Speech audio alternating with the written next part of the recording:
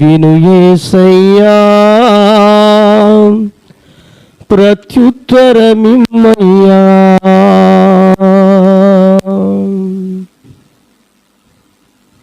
ఒక ఆశ ఉందయ్యా, నా కోరిక తీర్చయ్యా, నా మనవిను యేసయ్యా, ప్రత్యుత్తరమిమ్మయ్యా.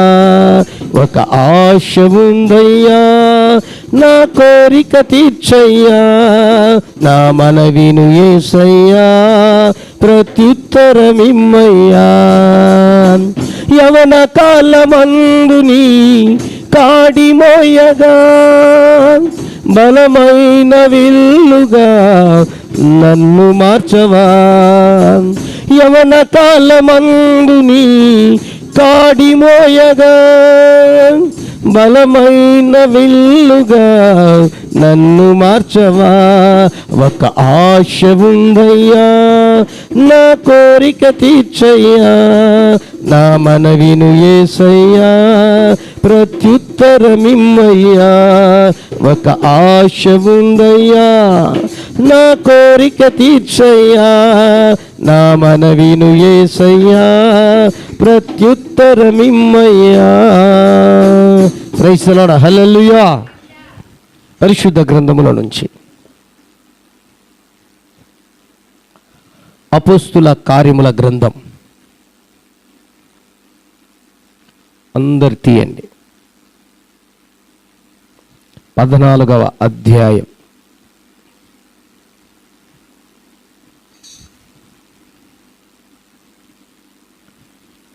ఇరవై 22వ వాక్యము.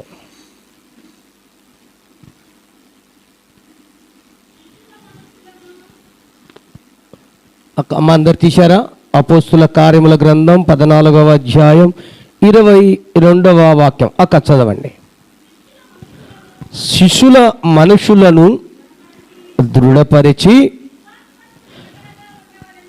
విశ్వాసమందు నిలకడగా ఉండవలెననియు, అనేక శ్రమలను అనుభవించి మనము దేవుని రాజ్యములో ప్రవేశింపవలెననియు వారిని హెచ్చరించిరి. క్రీస్తునందు ప్రియమైనటువంటి దేవుని బిడలారా, దైవ జనాంగమా, మన ముందున్న భక్తులు, మనకు ముందుగా నడిచినటువంటి దైవజనులు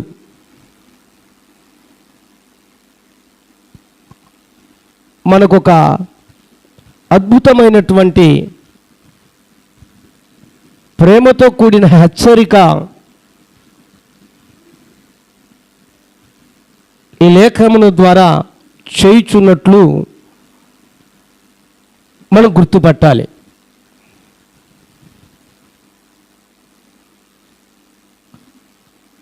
శిష్యుల యొక్క మనుషులను దృఢపరిచి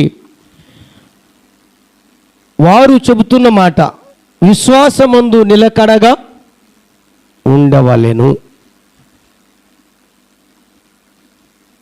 విశ్వాసమందు నిలకడగా ఉండవలెను అంటే ఏ సమయంలో, సందర్భంలో వాళ్ళు చెబుతున్నారు అన్న సంగతిని ఆలోచన చేస్తే అక్కడే 19వ వాక్యం నుంచి మనకు క్లియర్గా రాయబడింది. అంత్యొకయ నుండి, ఈకొనియ నుండి యూదులు వచ్చి జనసమూహములు తమ పక్షముగా చేసుకొని పౌలు మీద రాళ్ళు రువ్వి ఆయన చనిపోయాను అనుకొని పట్టణము వెలుపల ఈడ్చిరి. అయితే శిష్యులు అతని చుట్టూ నిలిచి ఉండగా అతడు లేచి పట్టణములో ప్రవేశించి మరునాడు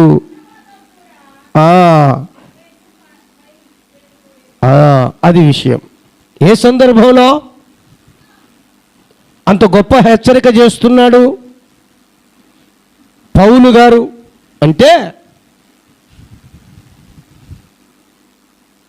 అక్కడ ఉన్నటువంటి అంత్యోక్యలో నుండి ఈకోనియా నుండి యూదులంతా జనసమూహముగా సమకూర్చబడి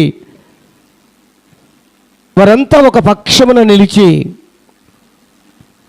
అపోస్తుడైన పౌలును లేచి కూర్చో, నువ్వు ఇక్కడ రానా, ఇటుకి రా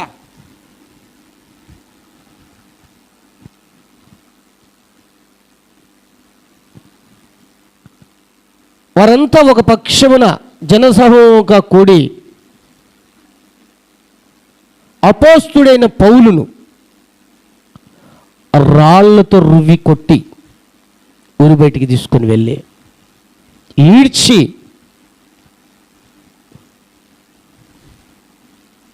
భయంకరమైనటువంటి సిచ్యువేషన్లో వారు ఉన్నారు. ఆ సందర్భంలో పౌలు గారు లేచి తానే అంత అధైర్యపడితే, తానే అంత భయపడితే, తానే అంత శ్రమలలో విశ్వాసం నిలకడగా ఉండకపోతే తనను వెంబడిస్తున్న శిష్యుల పరిస్థితి ఏంటి, లేదా దేవుని యందు విశ్వాసం ఉంచిన విశ్వాసుల యొక్క పరిస్థితి ఏంటి అని గ్రహించిన వాడై శిష్యుల యొక్క మనసును దృఢపరచుటకు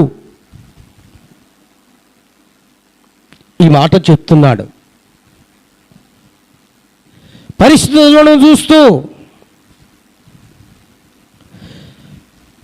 వీళ్ళంతా జనసమూహం అంతా ఒక పక్షముగా కూడి నా మీద రాళ్ళు రువి ఈడ్చి కొట్టారని, నేనేదో విశ్వాసములో పడిపోయినట్లుగానో, కృంగిపోయినట్లుగానో, చెదిరిపోయినట్లుగానో ఉన్నాననుకొని ఒకవేళ మీరు భయపడతారేమో,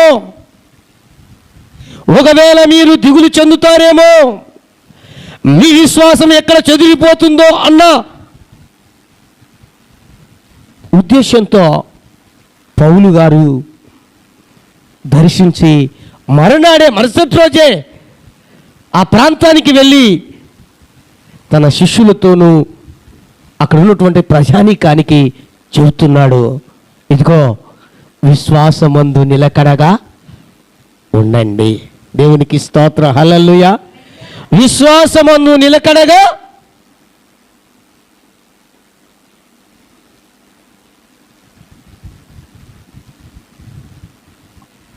నా ప్రియ దేవుని బిడ్డ, నీ విశ్వాసం నిలకడగా ఉందా?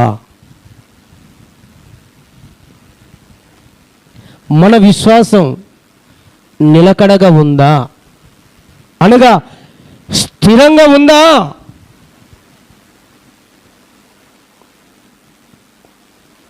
అంటే చెదిరిపోకుండా, విశ్వాసం తగ్గిపోకుండా, విశ్వాసంలో సన్నగిల్లకుండా, విశ్వాసంలో పడిపోకుండా, విశ్వాసంలో బలహీనులు కాకుండా, విశ్వాసములు తగ్గిపోకుండా స్థిరంగా నిలకడగా ఉందా? ఒక్కసారి నీకు నీవు ఆగి ఆలోచించి ప్రశ్నించుకోమని నేను ప్రేమతో తెలియచేస్తున్నాను.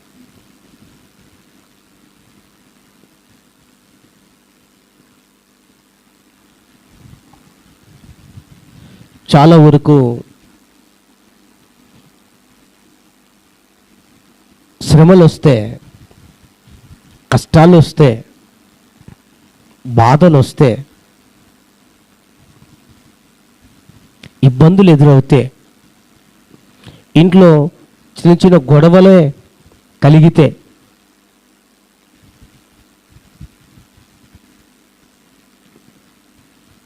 విశ్వాసం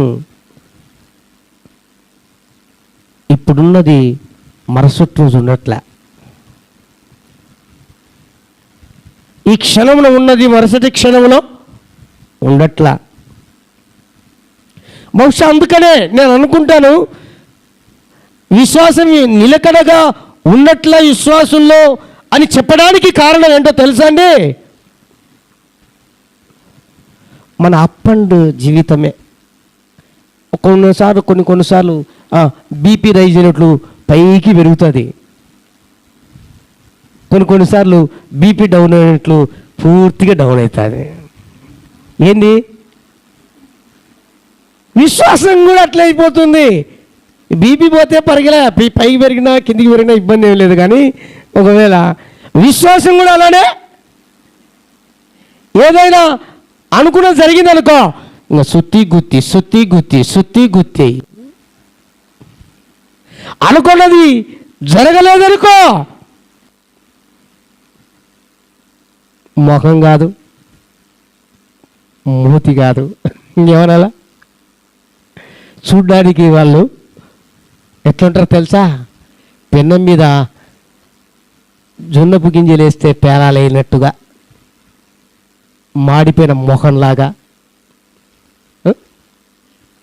చిటపటమని అంటుంటారు. అప్పుడే అర్థమవుతుంది విశ్వాసంలో కాస్త ఏదో అప్ అండ్ డౌన్లో ఉన్నారు, తెలిసిపోతుందండి. పోయిన ఆదివారం వచ్చిన విశ్వాసి ఈ ఆదివారం దైవ సన్నిధిలో కనబడలేదంటే ఏమైనట్టు? విశ్వాసం అంటే పోయిన ఆదివారం కొంచెం బాగానే ఉండే, ఈ ఆదివారం వచ్చేసరికి కాస్త ఈ వారంలో ఏదో తేడా కొట్టింది. పోనీ ఈ ఆదివారం ఉన్న విశ్వాసి రేపు ఆదివారం కనబడతారా అంటే చెప్పలేం, తేడా కొట్టవచ్చు కదా. అంటే విశ్వాసములో ఈనాడు విశ్వాసులకు నిలకడ లేదు, స్థిరత్వం లేదు, చంచలత్వం. ఏమండి, గుండ్రాయి ఉంటుందే, గుండ్రాయి అలా తెచ్చి పెట్టామనుకో, ఏం తెస్తుంది అది? ఎక్కడ డౌన్ ఉంటే అక్కడ చిన్నవి దొర్లుతుంది. మరల తీసి మళ్ళీ పక్కన పెట్టామనుకో, మరొకసారి ఎక్కడ డౌన్ ఉంటే అక్కడ మరల తీసి మళ్ళీ పక్కన పెట్టామనుకో,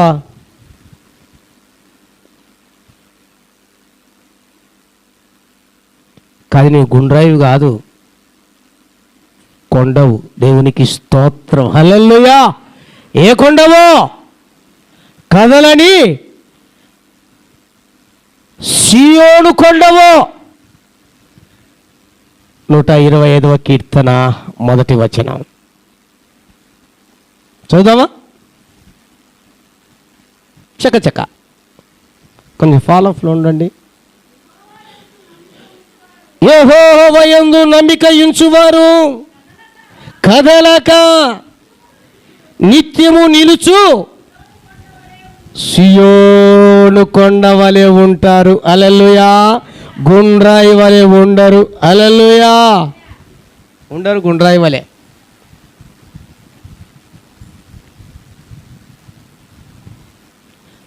కదలని విశ్వాసం, కదలని విశ్వాసం. భార్య అంటుందా? దేవునికి స్తోత్రం. భర్త అంటున్నాడా? దేవునికి స్తోత్రం. పిల్లలు ఎదురుగారా? దేవునికి స్తోత్రం. ప్రార్థన చేయి. నీ విశ్వాసంలో మార్పు రాకూడదు, మన విశ్వాసంలో మార్పు రాకూడదు. ఒకవేళ మార్పు వస్తుందంటే పెరిగేదానికే ఉండాలి కానీ తగ్గేదానికి వీల్లేదు. విశ్వాసం 10%, 20%, 30% పెరుగుతూనే ఉండాలి కానీ తగ్గేదానికి. కానీ విశ్వాసంలో అల్ప సంతోషం, అల్ప సంతోషి అన్నట్లుగా ఉన్నట్టుండి సై అని పెరుగుతుంది. పెరిగిన ఆ విశ్వాసం ఓ చిన్న కష్టం రాగానే టఫీమని పడిపోతుంది. దీనికి కారణం ఏంటో తెలుసా? విశ్వాసులలో విశ్వాసము నిలకడ లేకనే, స్థిరత్వము లేకనే. అందుకనే పౌలు గారు అంటారు, ఏ విశ్వాసముతో నీవు పట్టుబడ్డావో, ఏ వాక్యము చేత, ఏ ఉపదేశము చేత నువ్వు పట్టుబడ్డావో ఆ విశ్వాసములో నీవు తుది వరకు, అనగా కడ వరకు, అనగా యేసయ్య రాకడ వరకు స్థిరముగా ఉండాలి. అట్టి వారిని బట్టి ప్రభు సంతోషిస్తాడు, అట్టి వారిని బట్టి నేను అభినందిస్తున్నాను అంటాడు. అందుకనే పౌలు గారు తన దైనందిక జీవితంలో కొన్ని శ్రమల గుండా వెళ్తున్నప్పుడు తన విశ్వాసులను లేదా శిష్యులను, ప్రజానికాన్ని చూసినప్పుడు తానే సాక్ష్యం ఇచ్చిన మాట ఒకసారి చదువుదామా అండి? అదే అపోస్తుల కార్యముల గ్రంథం 11వ అధ్యాయం 23వ వచనంలో రాయబడిన మాట ఒకసారి చదువుదామా? 11:23 వచనంలో రాయబడిన మాట ఎంత అద్భుతమైన మాట ఉందో అక్కడ. అతను వచ్చి దేవుని కృపను చూచి సంతోషించి ప్రభువును స్థిర హృదయముతో హత్తుకొనవలెనని అందరినీ హెచ్చరించెను. హల్లెలూయా. ఏమండి? దేవుని కృపను ఎరిగిన వాడై, చూచిన వాడై, గ్రహించిన వాడై సంతోషంగా శ్రమలలో కూడా, బాధల్లో కూడా, కష్టాల్లో కూడా, తన వెంటాడుతున్న సమస్యల్లో కూడా సంతోషం గల వాడై ప్రభునందు స్థిర హృదయముతో ప్రభువును హత్తుకోవాలని చెబుతున్నాడండి. మరి అటువంటి అనుభవాల గుండా మనం వెళ్ళే వారంగా ఉన్నామా? ఒక్కసారి ఆలోచన చేద్దాం. ఒకసారి ఆలోచన చేద్దాం. ఏమండి, శ్రమలు లేదా సమస్యలు ఈ లోకంలో సర్వసాధారణం. దేవుని నమ్ముకున్నా, దేవుని నమ్మకపోయినా, లేదా ఏ దేవుని యందు విశ్వాసం ఉంచినా. అయితే నేను ఒకటి చెప్తున్నా, మంచివాడని సాక్ష్యము పొంది శ్రమలు అనుభవించుట మేలా, చెడ్డవాడని ముద్రించబడి శ్రమలు అనుభవించుట మేలా? చెప్పండి, అర్థమవుతుంది నా పాయింట్? మంచివాడని సాక్ష్యము పొంది శ్రమలు అనుభవించి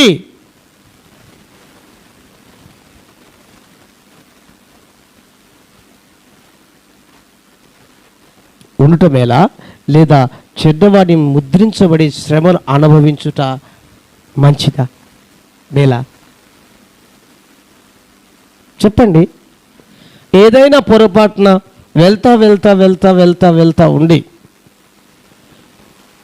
పొరపాటున జరగరాంది జరిగింది అనుకోండి, వాడు మంచివాడైతే పాపం చాలా మంచివాడండి, ఆయనకు హఠాత్తుగా ఇలా జరిగిపోయిందండి, అలా జరగకూడవలసి ఉంది, అయినా ఏం చేద్దాం మంచోడు అంటావా? అదే గినక కొంచెం ఎవరి మాట వినకుండా, తల్లిదండ్రుల మాట లేకుండా, గురువు దైవం లేకుండా, చిన్న పెద్ద లేకుండా, సమాజంలో భయము భక్తి లేకుండా తిరుగుతా ఇష్టానుసారంగా వెళ్ళే వ్యక్తికి ఇంకా పొరపాటున అలా అన్ఎక్స్పెక్టెడ్గా జరిగిందనుకో, ఏమంటారు? అంటారా? ఏమంటారు? వాడికి ఏం ఎక్కువ ఉంది? కొలెస్ట్రాల్ ఎక్కువ ఉందిలే, జరగాల్సిందే అంటారా లేదా? మీరే చెప్పండి.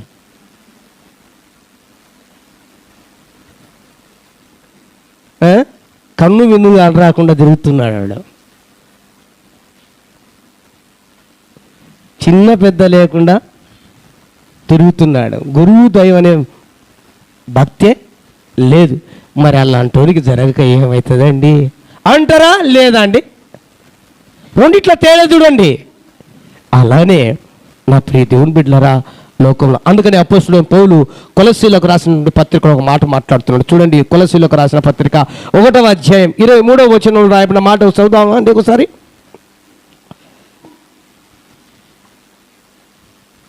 కొలస్సీలకు రాసినటువంటి పత్రిక 1వ అధ్యాయం 23వ వచనం. పునాది మీద కట్టబడిన వారై స్థిరముగా ఉండి మీరు విన్నట్టు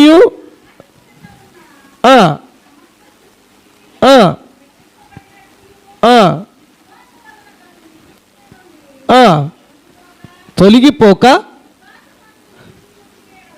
విశ్వాసమందు నిలిచి ఉండిన ఎడల ఇది మీకు కలుగును. ఆ మాట కాదక్క, ఒక్క మాట రాయబడి ఉంది. ఒక్క నిమిషం ఉండండి.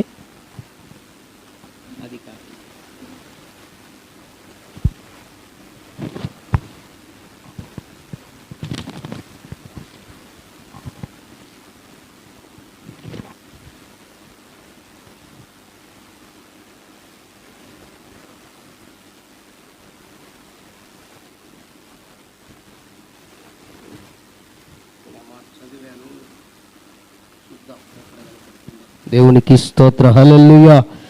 ఆ మాట కాదు కానీ ఈ సందర్భంలో ప్రియ దేవుని బిడ్డలారా, లోకములో ఏ విధంగా అయితే ఆ శ్రమ లేదా ఆ కష్టం ఆ బాధ కలుగుతుందో అలానే నీకు కలుగుతుంది తప్ప విడ్డూరంగా నీకేం కలగట్లేదు అన్న మాట రాయబడి ఉంది. అది నాకు తెలిసి ఒకసారి యోహాను పత్రిక చూడండి, యోహాను సువార్త చూడండి, యోహాను సువార్త చూడండి.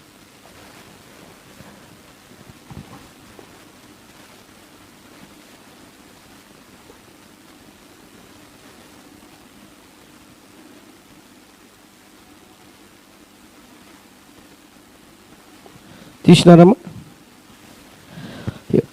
8:30 చదవండి.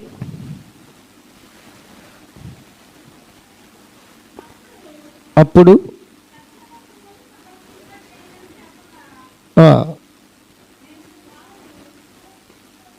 అక్క కాదక్క, సరే నేను చెప్తాను తర్వాత. దేవునికి స్తోత్ర, హల్లెలూయా, హల్లెలూయా. పరిశుద్ధాత్మను మనందరికీ గుర్తు చేయనుగాక, ఆమేన్, హల్లెలూయా. ప్రియ దేవుని బిడ్డలారా, కాబట్టి మనము ఆ యొక్క చదువుబడినటువంటి కొలస్సీలకు రాసినటువంటి పత్రికలో రాయబడినట్లుగా మన విశ్వాసము ఏ పునాది మీదైతే కట్టబడిందో ఆ పునాది మీదనే విశ్వాసాన్ని బేస్ చేసుకోవాలి. అంటే దాని అర్థం ఏంటి? రకరకాల పునాదులు ఉన్నాయి, అవునా? బైబిల్లోనే 3 రకాల పునాదులు ఉన్నాయి. ఏంటివి అవి? 1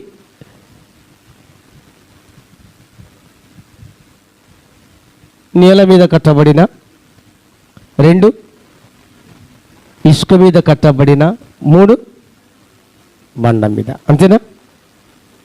ఈ రోజుల్లో పునాదులు కూడా కట్టడాలు రకరకాలుగా పునాదులు వేసి కడుతున్నారు కదా. కొందరు నేల మీదనే కడుతున్నారు, మరికొందరు రాయి మీద పునాదేసి కడుతున్నారు, మరికొందరు పిల్లర్స్ చేసి, మరికొందరు ఏమో మొదట్లోనే కాంక్రీట్తోనే వేస్తున్నారు కదా. అయితే కట్టబడే ఇల్లు పునాదిని బేస్ చేసుకోవాలి. అంటే అదే పునాది. మన ఆత్మీయ జీవితంలో ఎదగాలంటే ఏ విశ్వాసాన్ని బేస్ చేసుకున్నామో ఆ విశ్వాస ప్రకారంగా నువ్వు కట్టబడుతూ ఉండాలి. దేవునికి స్తోత్ర, హల్లెలూయా. విశ్వాసం నిలకడగా ఉండాలంటే సీక్రెట్. ఓయ్, విశ్వాసము నిలకడగా ఉండాలి అంటే, మన విశ్వాసం స్థిరంగా ఉండాలి అంటే, విశ్వాసం కదలకుండా స్థిరంగా ఉండాలంటే మర్మం ఏం లేదు, సింపుల్గా నువ్వు ఏ వాక్యానికి పట్టబడ్డావో, ఏ ఉపదేశానికి నువ్వు పట్టబడ్డావో, ఏ ఉపదేశానికి అంగీకరించి ప్రభువులో మార్పు చెంది సంఘములో చేర్చబడ్డావో, ఆ ఉపదేశానుసారంగా నీ విశ్వాసము నిలకడగా ఉండాలి. హల్లెలూయా! ఈ పునాదిని బేస్ చేసుకోవాలి. నీ సంఘం చిన్నదైనా పెద్దదైనా, లేదా నీ బోధ లేదా నీ వాక్యం ఏ దాని చేత పట్టబడ్డావో, ఏ సావకుని చేత పట్టబడ్డావో, ఈ దేని బేస్ చేసుకుంటున్నావో ఆ ప్రకారంగానే నీ విశ్వాస జీవితం నిలకడగా ఉంటే ఖచ్చితంగా ఆశీర్వాదకరంగా నడిపించబడతాం. విశ్వాసం ఇక చెదిరిపోదు. అలా కాకుండా బేస్మట్టం అండి, కట్టబడుతున్న ఇల్లు కట్టున్నాం అనుకో, మధ్యలో తీసి మళ్ళీ ఈ బేస్మట్టం వద్దు మరొకటి వేద్దామంటే ఏం చేయాలి దాన్ని? అంతేనా? మరలా ఇది వద్దు, ఇంకో కొంత పైకి వచ్చిన తర్వాత ఇది కూడా వద్దు పిల్లర్స్ చేద్దామని మళ్ళా ఏం చేయాలి? ఇది కూడా వద్దు అని దాంతో పిల్లర్స్ పోయిన తర్వాత కాంక్రీట్ ఫస్ట్ నుంచి చేసుకుంటూ పోదాం అనుకుంటే మళ్ళీ ఏం చేయాలి? ఇవి ఎటోటో చూడండి, అర్థం కావాలని చెప్తున్నా మీకు. దేవునికి స్తోత్రం. హల్లెలూయా, హల్లెలూయా. ఈనాడు విశ్వాసుల విశ్వాసం నిలకడగా లేకపోవటానికి కారణం ఏంటంటే పునాది మీద వారి విశ్వాసము నిలకడగా లేకపోవడానికి కారణం పునాది మీద కట్టబడకనే. ఈ రోజున ఈ సంఘములో ఉన్న, అంటే మన వాళ్ళని కాదు, మామూలు కొందరిని నేను చూస్తుంటా, మరుసటి రోజు మరో సంఘంలో కనపడతారు. ఆ రెండో రోజు ఇంకొక మూడో సంఘంలో కనపడతారు. ఆ నాలుగో రోజు నాలుగో సంఘంలో కనపడతారు. పోనీ బేస్ అదే ఉందా, పునాది అదే ఉందా అంటే అట్లా ఉండదు. ఇక నువ్వు నోరులు తెరిచి మనసారా దేవుని స్తుతించి ఆరాధించు అంటారు. ఆ సంఘం లేకపోతే నోరు మూసుకొని చప్పట్లు కొట్టకుండా మౌనంగా ఉండు అంటారు. ఇంకొక సంఘం లేకపోతే నువ్వు శ్రీవి ఆరాధించడానికి నీకు హక్కే లేదు, నోరు మూసుకో అంటారు. ఇంకొక సంఘం లేకపోతే నువ్వు పులిపిట్టి మీదకి ఎక్కడానికి వీల్లేదు, కిందనో డోర్ దగ్గరే ఉండు అంటారు. ఇంకో సంఘం లేకపోతేనేమో నువ్వేం చేయాలంటే అందరితో సమానమే, సేవకుడు సమానమే, నువ్వు సమానమే, కాబట్టి నువ్వు కూడా ఏమైపోతుంది విశ్వాసం? మీరు ఒకసారి ఆలోచించండి. మన ఇల్లు మనం ఏ బేస్ చేసుకున్నా దాని మీదే కట్టబడాలి, అంతేగా. అది పడినా ఊడి పడినా అది ఏమైనా అప్పుడు ఏమైంది? కొంతకాలం అన్నది మనిషి మనుగడ ఉంటుంది, లేకపోతే ఏమైందండి?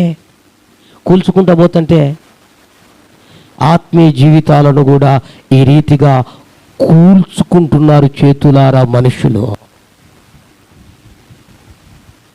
చేతులారా కూల్చుకుంటున్నారు.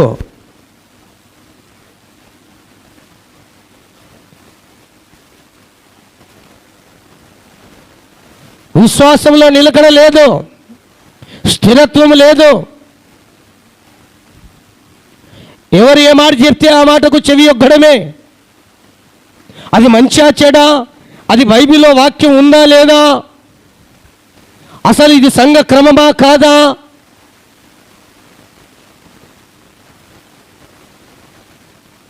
చెబుతున్నవారు ఎలా ఉన్నారు, ఏం చెప్తున్నారు, అసలు వాళ్ళు అనుసరిస్తున్నారా లేదా,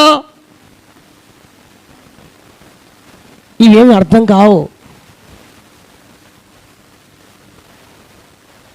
పండుగ కొట్టుకోవడానికి రాయి అయితేనేమి లేకుంటే ఇంకొకటి అయితేనేమి ఉడగొట్టేది కదా అది. నేను రాయి చెప్తున్నా, మిగతాది కూడా ఉంది సామెత కదా, ఏదంతా కొట్టుకున్నా ఊడిపోతాయి కదా. నాశనం కావడానికి ఇంకేముందండి? ఏదైతేనే చెడిపోవడానికి ఏముందండి? ఈనాడు విశ్వాసులు భ్రష్టులు అయిపోతున్నారు చాలామంది. రాను రాను మీడియాలో కూడా మనం చూస్తుంటాం కదండి. విత్తనవాదం ఎక్కువైపోయింది, కౌంటర్ ఒకదానికి ఒకటి ఎక్కువైపోయింది, అతిక తెలివి ఎక్కువైపోయింది. ఒక మాట చెప్పాలంటే విశ్వాసికి లేదా సేవకులకు అతిక తెలివి ఎక్కువైంది, దేవుని పిల్లలకు. ఎందుకో తెలుసా? నువ్వు విశ్వసించిన దానిని గట్టిగా పట్టుకోవాలంతే. దేవునికి స్తోత్రం, హల్లెలూయా. నువ్వు ఏ ఉపదేశంతో పట్టబడ్డావో ఆ ఉపదేశంలోనే కట్టబడాలి. ఏ సంఘములో నాటబడ్డావో ఆ సంఘములోనే నీవు వృద్ధి చెందాలి. అలా కాకుండా చెట్టు ఒక చోట నాటబడింది, ఒక వారం తర్వాత మళ్ళీ బీకి ఇంకో చోట నాటితే, ఇంకో వారం తర్వాత మళ్ళీ బీకి ఇంకో నాటితే అది చచ్చదే బతుకుతుంది. అది ఎప్పుడు పెరిగి పెద్దది అవ్వాలా, అది ఎప్పుడు పూలు ఊయాల, లేదా పండ్లు గాయాల, కాయలు గాయాల, పండ్లు ఊయాల, అవి ఎప్పుడు తినాలి మనమండి, ఎప్పుడు నీడనియాలనేవి. విశ్వాసులలో ఈనాడు పరిస్థితి ఇలానే ఉందన్నది నా బాధ, అంతే. స్వార్థం ఏమి లేదు నేను చెప్పే విషయంలో. నాకు అప్పగించిన కొందరైనా పర్వాలేదు, అనుసరించు వారు కొందరైనా పర్వాలేదు, పట్టబడి ఆ ఉపదేశం సారంగా ఆ విశ్వాసములో, దేవుని విశ్వాసములో నిలకడగా ఉన్నవారు కొందరైనా పర్వాలేదు. నేను కల్లిబిల్లి చెప్పాల్సినంత నాకు అవసరం లేదు. తద్వారా నిలకడగా ఉంటే, అదే వాక్యములో అపోస్తుల కార్యగ్రంథం 14వ అధ్యాయం 22వ వచనం చదవండి ఒకసారి. నిలకడగా ఉండవలననియు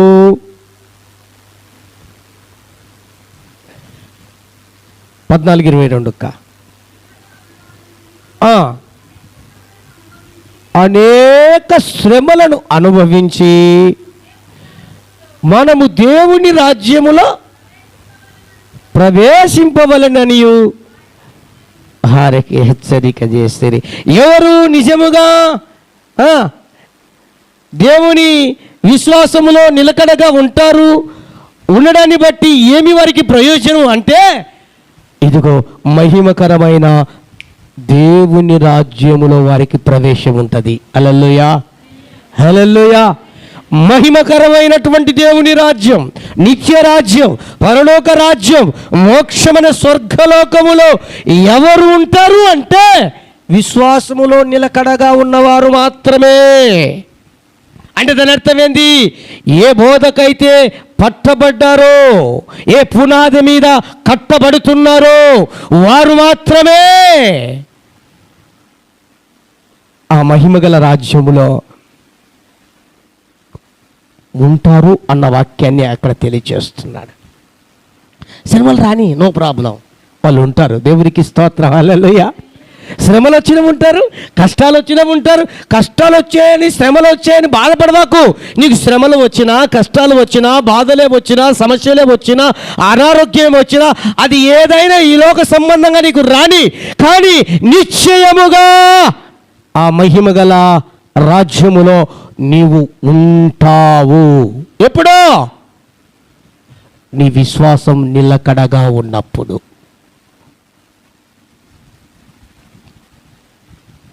నిలకడగా ఉన్నప్పుడు. నా ప్రియ దేవుని బిడ్డలారా, జ్ఞాపకం చేసుకుందాం. శ్రమలు రాకపోతే, కష్టాలు రాకపోతే, శోధనలు రాకపోతే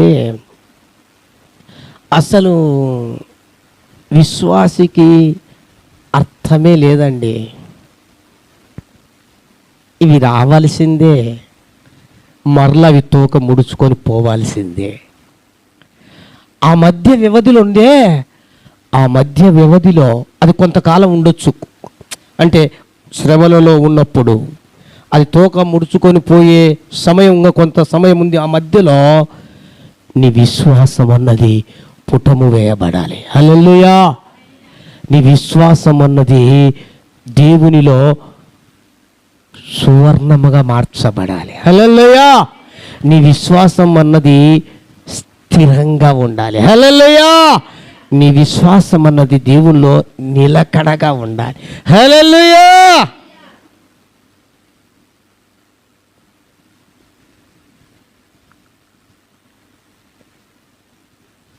పోని దేవుణ్ణిలో లేవు అనుకుందాం, దేవుడు వద్దని నువ్వు బయటికి వెళ్ళినావే అనుకుందాం, లేదా లోకంలో మరలా జీవించడానికే వెళ్తున్నావు అనుకుందాం. అక్కడ రావా, అక్కడ ఉండవా శ్రమలు, అక్కడ ఉండవా కష్టాలు. పెద్దలు ఒక మాట అన్నారు, ఏ మాట అది? ఏ గాలికి ఏ చెట్టుకు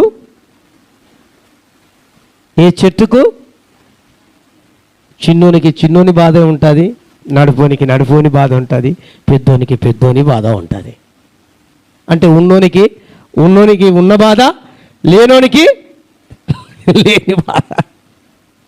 అంతే కదండి. ఏ చెట్టుకు అంత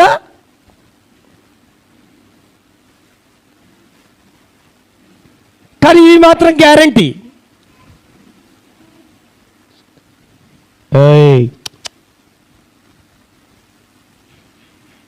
ఇది మాత్రం గ్యారంటీ. ఇది ఫిక్స్ అయ్యి ప్రభువులో ముందుకు వెళ్ళాలి. దేవునికి స్తోత్రం. హల్లెలూయా, హల్లెలూయా. దేవునిలో ఏ విధంగా అయితే మనం పాలిభాగస్థులముగా ఉన్నామో, శ్రమలలో కూడా పాలిభాగస్థులముగా ఉండాలి. హల్లెలూయా. దేవుని రాజ్యములో మనం ఎలాగా చేరుటకు పాలిభాగస్థులమో, మనకు సమీపిస్తూ వెంటాడుతున్న శ్రమలలో కూడా పాలిభాగస్థులమై ఉండాలి. ఇది ఫిక్స్ అయిపో నీ మైండ్లో. అప్పుడు నీకు ఓయమ్మ ఈ శ్రమే, ఓయమ్మ ఈ కష్టమే, ఓయమ్మ ఈ బాధే, ఓయమ్మ ఈ సమస్య అనేది ఇక నీకు ఉండదు. ఫిక్స్ అయిపోతే.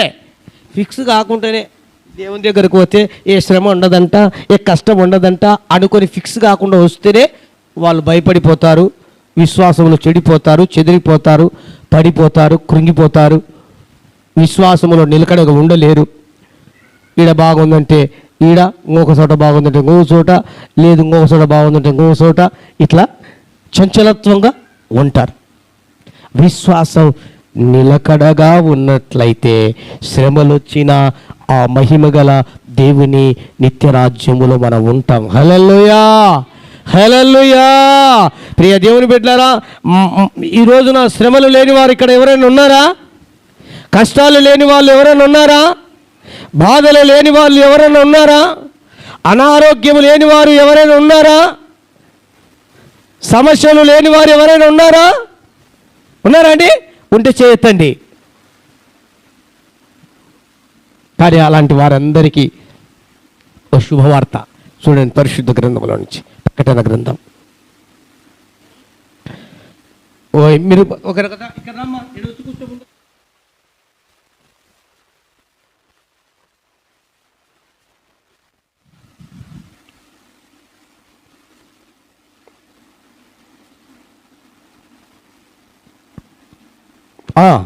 చదవండి 7వ అధ్యాయం 14వ వచనం. ప్రకటన గ్రంథం 7వ అధ్యాయం 14వ వచనం.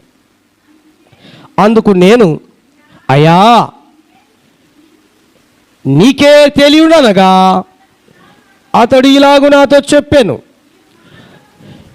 వీరు మహాశ్రమలలో నుండి వచ్చిన వారు గొర్రెపిల్ల రక్తములో తమ వస్త్రములను ఉదుకుకొని వాటిని తెలుపు చేసుకొనిరి. అందువలన వారు దేవుని సింహాసనము ఎదుట ఉండి రాత్రింబగళ్ళు ఆయన ఆలయములో ఆయనను సేవించుచున్నారు. హల్లెలూయా. ఇక్కడ ఒక దర్శనాన్ని చూపిస్తూ యోహాను గారిని అడుగుతూ ఉన్నాడు దేవుడు. యోహానా, వీరెవరో నీకు తెలుసా? ఎక్కడ? పరలోకములో, పరలోకపు దర్శనం. ఇక్కడ ఉన్నటువంటి జనులు ఎవరో తెలుసా? ఇక్కడ ఉన్నటువంటి వారు ఎవరో నీకు తెలుసా అని అడిగితే, అయ్యా నాకేం తెలుసు, అది నీకే తెలుసునని ఉత్తరం ఇచ్చాడు. అప్పుడు దేవుడు అన్నాడు, వీరెవరంటే మహాశ్రమలలో నుండి వచ్చిన వారు, తమ వస్త్రములను గొర్రెపిల్ల రక్తము చేత ఉదక స్నానము చేయబడిన వారు. చూసారండి, అక్కడ ఎవరున్నారు? శ్రమలలో ఉండి వచ్చిన వారు ఉన్నారా, శ్రమలు లేకుండా వచ్చిన వారు ఉన్నారా? మరి శ్రమలు కావాలా వద్దా? మీకు మనకు ఉండాలా వద్దా? వద్దంటే మనం అక్కడ ఉండలేమండి. ఉంటాయి, వస్తాయి, ఏం కాదు.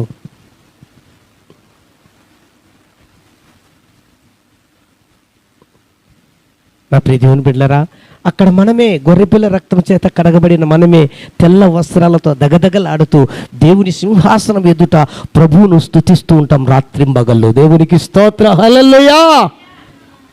అప్పుడు అడుగుతాడు దేవదూతలను, ఓ మిఖాయేలు, ఓ గాబ్రియేలు, ఓ రఫాయేలు, ఎవరిల్లో అని దేవదూతలను అడిగినప్పుడు దేవదూతలు అంటారు, ఏం తెస్తామయ్యా, మాకు లేని భాగ్యం వాళ్ళకి ఇచ్చినావు.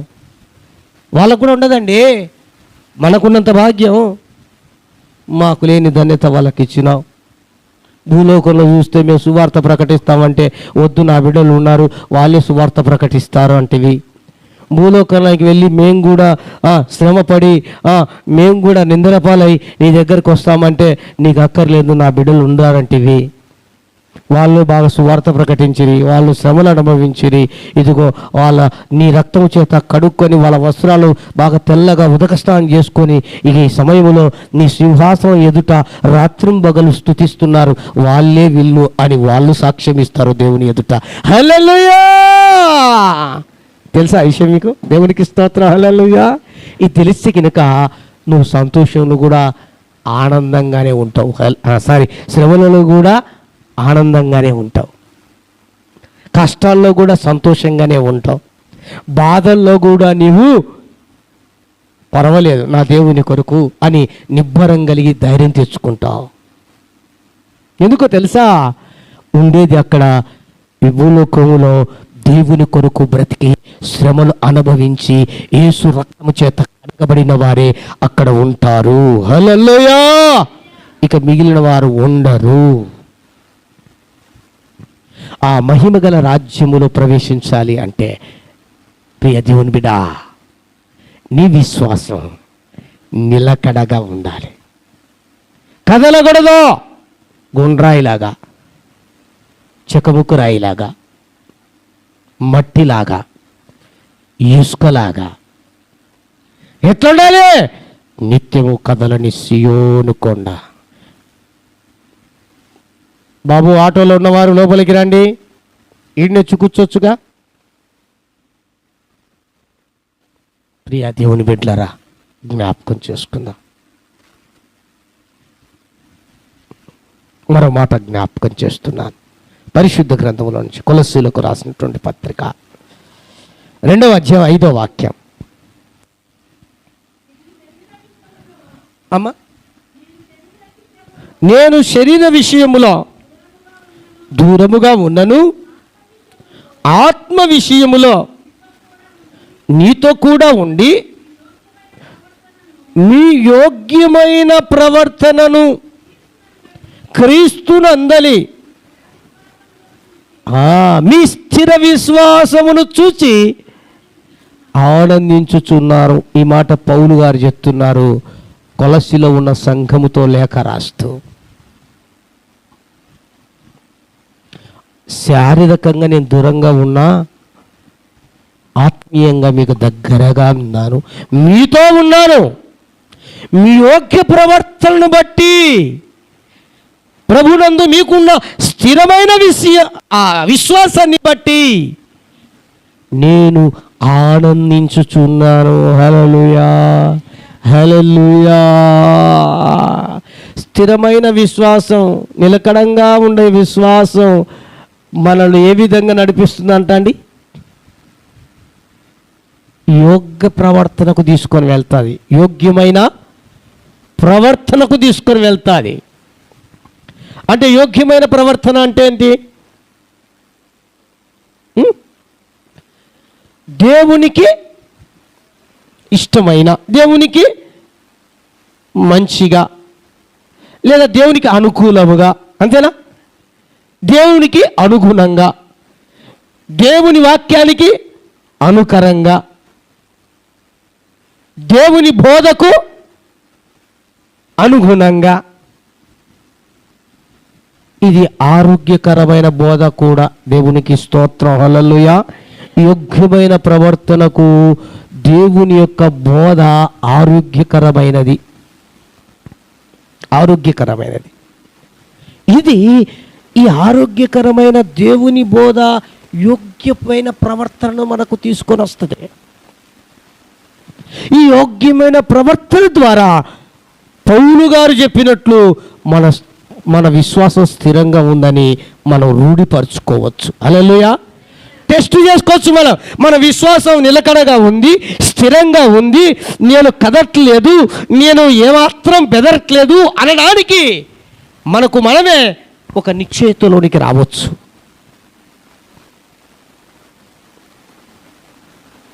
యోగ్యమైన ప్రవర్తనగా నీ జీవితం ఉంటే స్థిరమైన విశ్వాసంలో నువ్వు ఉన్నవాడవు, ఉన్నదాను. లేదా సంచలత్వంలోనే ఉన్నావు అని అర్థం. ఈ యోగ్యమైన ప్రవర్తన మనకు కావాలి అంటే ఆరోగ్యకరమైన బోధ వినాలి. బోధలు చాలా రకాలు ఉన్నాయి కదండి. ఏమండి, మన శరీరానికి బతికేదానికి, జీవించేదాని కొరకు తినడానికి ఎన్ని రకాలు ఉన్నాయి. ఆత్మీయం కూడా అన్ని రకాలు ఉన్నాయి. కానీ తినేదానికి అన్ని తినొచ్చు. ఏది తింటే ఆరోగ్యానికి మంచిదో ఆలోచించి తినాలి. అవునా? అలానే అన్ని వినవచ్చు, అన్ని చోట్లకి వెళ్ళవచ్చు. కానీ ఆరోగ్యకరమైన బోధ ఏమిటో ఆ బోధనే ఆస్వాదించాలి. ఆ బోధనే మనం ఏం చేయాలి, నెమరు వేసుకొని తినాలి. అప్పుడు యోగ్యమైన ప్రవర్తన, ఆరోగ్యకరమైన ప్రవర్తన ప్రభులో సాధ్యమవుతుంది. కనుక నేను జ్ఞాపకం చేస్తున్నాను, ప్రభు నందు నీ విశ్వాసం నిలకడగా ఉంది అని చెప్పడానికి ఇదే నిదర్శనం. శ్రమలను బట్టి బాధపడకండి, అవి వస్తాయి పోతాయి. కానీ నీ విశ్వాసం మాత్రం చెక్కు చెదరకుండా ఉండాలి దేవుళ్ళలో. హల్లెలూయా, హల్లెలూయా, హల్లెలూయా. మరొక మాటను జ్ఞాపకం చేస్తున్నాను. అందుకోసమే పేతురు భక్తుడు రాస్తున్నటువంటి పత్రికలో 2వ పత్రిక 5వ అధ్యాయం 8వ వచనంలో 9వ వచనంలో రాయబడిన మాటను ఒక్కసారి జ్ఞాపకం చేస్తున్నాను. ఆలోచన చేద్దాం. చదవండి. పేతురు రాసిన 2వ పత్రిక 5, 8, 9. నిబ్బరము కలిగి నిబ్బరమైన బుద్ధి గలవారై మెలకువగా ఉండుడి. మీ విరోధి అయిన అపవాది గర్జించు సింహం వలె ఎవరిని మింగుదునా అని వెతుకుతూ తిరుగుచున్నాడు. ఈ లోకమందున్న మీ సహోదరులందరూ ఈ శ్రమలే. ఇక్కడుందక్క, నేను ఎల్లాక చదివించిన మాట. ఈ లోకములో మీ సహోదరులు అంటే మన లోకములో ఉన్నవారని ఇలాంటి శ్రమలే అనుభవిస్తున్నా అంటే వాళ్ళలాగే మనం అనుభవిస్తున్నామని. అదే ఎక్కడో చదివినానే అని మనసులో అడుగుతూ ఉంది. నాకు అది జ్ఞాపకం రాలే, ఇక్కడ కనబడింది. దేవునికి మహిమ కలుగునుగాక. ఆమేన్. మరొకసారి చదవండి అక్క మాట. లోకమందున్న మీ సహోదరుల యందు ఈ విధమైన శ్రమలే నెరవేరుచున్నవని ఎరిగి విశ్వాసమందు స్థిరులై వారిని ఎదురించుడి. హల్లెలూయా. లోకములో ఉన్న వారికి ఇలాంటి శ్రమలు వస్తున్నాయి, నెరవేరుతున్నాయి. మనకు అవే వస్తున్నాయి, ఇవి నెరవేరుతున్నాయి. వారికి మనకు తేడమే లేదు. అయితే ఒక పని చేయి, ఎవరిని మింగుదా అని గర్జించు సింహం వలె గంతులు వేస్తూ అపవాది తిరుగుతున్నాడు కోరలు పెట్టుకొని. అయితే వాని కోరను మీరు విరువండి అన్నాడు. ఎదురించండి. ఎదిరిస్తే ఏమైంది? మనకు జయం. దేవునికి స్తోత్రం. హల్లెలూయా. అపవాదిని ఎదిరిస్తే జయం, అపవాదినికి భయపడితే అపజయం. అపవాదిని ఎదిరిస్తే జయం, అపవాదికి భయపడితే అపజయం. ఏమండి, దేవుడు మన పక్షాన ఉన్నాడు, మన తోడుగా ఉన్నాడు, మనలో ఉన్నాడు. ఆ దేవుని ఆత్మ ద్వారా, వాక్యము ద్వారా ఎదిరించాలి. ఎదిరిస్తే వాడు ఎంత గర్జించి మన మీదికి లేచి వచ్చినా వాడు ఓడిపోవాల్సిందే, మనం గెలవాల్సిందే. హల్లెలూయా. వాడు తోక ముడిచి వెళ్ళాల్సిందే, మనం గంతులు వేసి ఆనందించాల్సిందే. హల్లెలూయా. అప్పుడు ప్రభునందు మన విశ్వాసం స్థిరంగా ఉన్నట్లు. హల్లెలూయా, హల్లెలూయా. అంటే విరోధి మీద విజయాన్ని పొందినప్పుడు, జయం పొందినప్పుడు మన విశ్వాసం స్థిరమని మనం రూఢిపరచుకోవాలి. విరోధి మీద విజయం పొందకుండా, జయం పొందకుండా మనం ఉంటే మన విశ్వాసం వాడు పెకిలించేస్తాడు. ఈరోజు, రేపు, లేదా ఇంకా కొన్ని రోజులకు, లేదా జరిగిన కొన్ని సంఘటనలకు వాటన్నిటినీ మన మనసులోకి, మన మైండ్లోకి తెచ్చి, లేదా మన జీవితంలోకి తెచ్చి మనల్ని ఏం చేస్తంటే దాన్ని ఏమంటాడు, పెలికేస్తూ ఉంటాడు, తీసేస్తూ ఉంటాడు. విశ్వాసంలో స్థిరంగా ఉండని వాడు బలహీనపరుస్తాడు. విశ్వాసంలో నిలకడంగా ఉండనివాడు వాడు మనల్ని బలహీనపరుస్తాడు. అందుకనే వాడిని ఏం చేయాలంటే యేసునామమున గద్దించాలి, ఎదిరించాలి. ఎదిరిస్తే వాడి మీద మనకు విజయం కలుగుతుంది. ప్రభునందు మనకు విశ్వాసం నిలకడగా ఉంటుంది. హల్లెలూయా, హల్లెలూయా. కనుక జ్ఞాపకం చేస్తున్నాను, విశ్వాసమందు నిలకడగా ఉండండి, స్థిరంగా ఉండండి, దేవుళ్ళో స్థిరంగా ఉండండి, నిలకడగా ఉండండి. విశ్వాసములో అవిశ్వాసం, అపనమ్మకం, అల్ప విశ్వాసం ఇలాగా ఉండడానికి వీల్లేదు. అలా ఉండడానికి కూడా కొన్ని కారణాలు ఉన్నాయి. ఏంటంటే శ్రమలు, బాధలు, కష్టాలు, ఇబ్బందులు, ఎరుకలు. అయితే ప్రభునందు ప్రియదేవుని బిడ్డలారా, ప్రభునామున వాటిని ఎదిరిస్తే మనకు జయం కలుగుతుంది, విశ్వాసం నిలకడగా ఉంటుందని ప్రభు మాట్లాడుతున్నాడు. హల్లెలూయా, హల్లెలూయా. జ్ఞాపకం చేసుకుందాం. అందుకనే ఒక అద్భుతమైనటువంటి మాట చెప్పాడు యోహాను సువార్త 15వ అధ్యాయం 4వ వచనం నుంచి చదువుదామండి. నేను ముగిస్తున్నాను. నా యందు నిలిచి ఉండుడి, మీ యందు నేను నిలిచి ఉంటాను. దేవుడు అంటున్న మాట, నా యందు మీరు నిలిచి ఉండండి, నీ యందు. మరి దేవుని యందు మనం నిలిచి ఉంటే, ప్రభు మన యందు నిలిచి ఉంటే విశ్వాసం నిలకడగా ఉంటుందా ఉండదా? దృఢంగా ఉంటుందా ఉండదా? స్థిరంగా ఉంటుందా ఉండదా? ఎవరు ప్రభునందు ఉండరో, ప్రభు ఎవరినందు ఉండడో వారి విశ్వాసం నిలకడగా ఉండదండి. అంతే, సింపుల్ లాజిక్. చదవక, తీగ ద్రాక్షవల్లిలో నిలిచి ఉంటేనే తప్ప తానంతటా తానే ఎలాగూ ఫలింపదో, అలాగే నా యందు నిలిచి ఉంటేనే కానీ మీరును ఫలింపరు. ఒక ద్రాక్ష తోట తీగని తీసుకొని వచ్చి, లేక ద్రాక్ష చెట్టును ఉపమాన రీతిగా చెప్పి మాట్లాడుతున్నాడు. ద్రాక్ష చెట్టు తీగ ఉందే, ఆ తీగ ఆ అంటుకు కట్టబడి ఉంటేనే ఆ తీగ మరలా ఫలిస్తుంది, ఫలములు ఇస్తుంది. అలానే మీరు యందు నా యందు ఉండి నిలిచి ఉంటే మీరు అలాగా ఫలిస్తారు, ఫలములు ఇస్తారు అన్నాడు. లేదా చదవక, ద్రాక్షవల్లిని నేను, తీగలు మీరు. అంటే ద్రాక్షవల్లి యేసయ్య మన తండ్రి, తీగలము మనం. చదవక, ఎవడు నా యందు నిలిచి ఉండునో, నేను ఎవరి యందు నిలిచి ఉండునో వాడు బహుగా ఫలిస్తాడండి.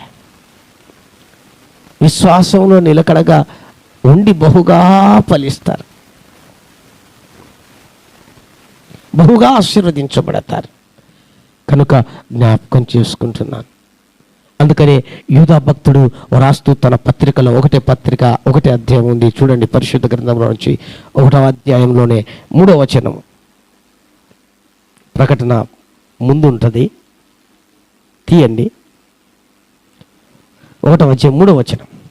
ప్రియులారా, మనందరికీ కలిగే రక్షణ గురించి మీకు రాయవలనని విశేషాశక్తి గలవాడనై ప్రయత్నపడుచుండగా పరిశుద్ధులకు ఒక్కసారి అప్పగింపబడిన బోధ నిమిత్తము మీరు పోరాడవలనని మిమ్మల్ని వేడుకొనుచున్నాను.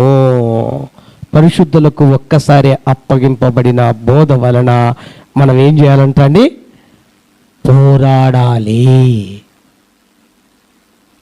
విశ్వాసము నిలకడగా ఉండాలంటే ఈ పోరాటములో మనము పోరాడుతూనే ఉండాలి, ప్రయత్నిస్తూనే ఉండాలి. రక్షణ గూర్చినటువంటి విశేష ఆసక్తి గలవాడై ప్రయత్నిస్తూ ప్రభు ఆ యొక్క భక్తుడు తెలియచేస్తున్నటువంటి లేఖన భాగం అండి. అందుకే అదే భక్తుడు అంటాడు, అదే పత్రికలోనే 21వ వచనంలో రాయబడిన మాట, ప్రియులారా, మీరు విశ్వసించిన అతి పరిశుద్ధమైన దాని మీద మిమ్మల్ని మీరు కట్టుకొనుచు పరిశుద్ధాత్మలో ప్రార్థన చేయుచు నిత్య జీవార్థమైన మన ప్రభువు యేసుక్రీస్తు కనికరము కొరకు కనిపెట్టుచు దేవుని ప్రేమలో నిలుచుండునట్లు కాచుకొని ఉండుడి. హల్లెలూయా, హల్లెలూయా, హల్లెలూయా. ఈ రకంగా మనం ముందుకెళ్తే కానీ మన విశ్వాసం నిలకడగా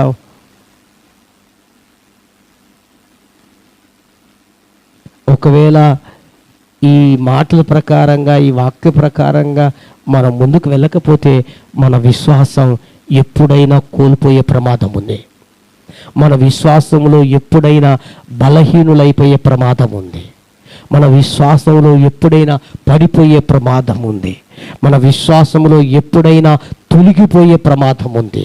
మన విశ్వాసములో ఎప్పుడైనా మనం వెనుదిరిగే ప్రమాదం ఉంది. మన విశ్వాసములు ఎప్పుడైనా గుండ్రాయిలాగా మార్చబడే ప్రమాదం ఉంది. అంటే సంచలత్వముగా మార్చబడే ప్రమాదం ఉంది. పరిశుద్ధమైన మన విశ్వాసం మీద పరిశుద్ధాత్మను ప్రార్థన చేస్తూ దేవుని కృపలో నిత్యము కట్టబడుచూ ఉండాలి కనిపెట్టి. అప్పుడు మన విశ్వాసములో నిలకడగా ఉంటాము. హల్లెలూయా, హల్లెలూయా. కొండొచ్చి పడుతుందా? దేవునికి స్తోత్రం అంటాం. హాయ్ బాబాయ్ కొండ అని కలవరపడం.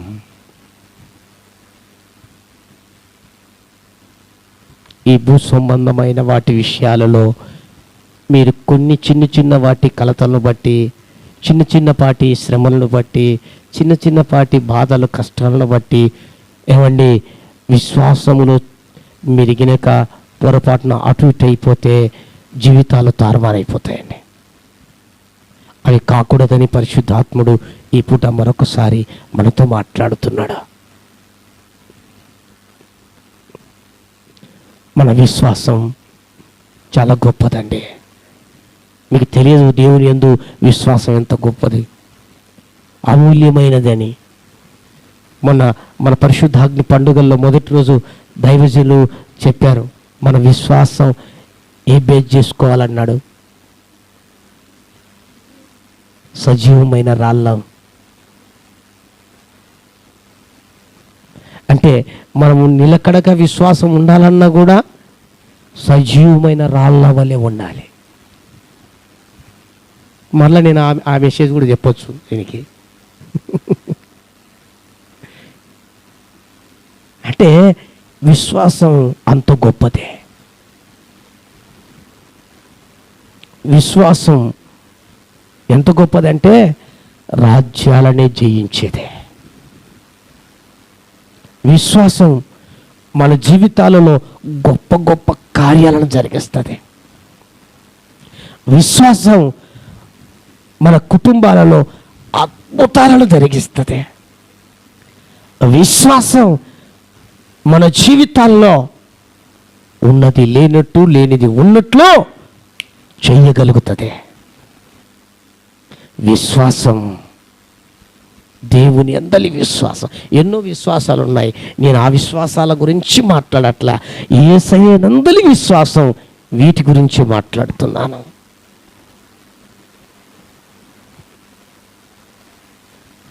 ఇంత గొప్ప సాక్ష్య సమూహం అని విశ్వాసం గురించి సాక్ష్యం ఇచ్చాడు దేవుడు. అట్టి గొప్ప విశ్వాసం కలిగిన మనం, అమూల్యమైన విశ్వాసం కలిగినటువంటి మనం,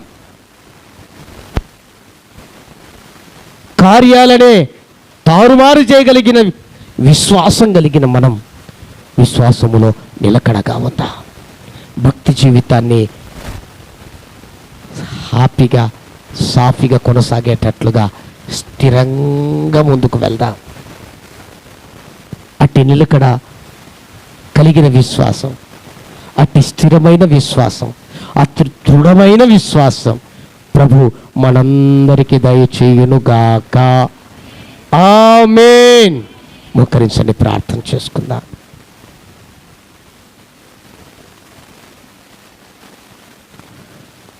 చేతులు జోడించి కళ్ళు మూసుకుందాం.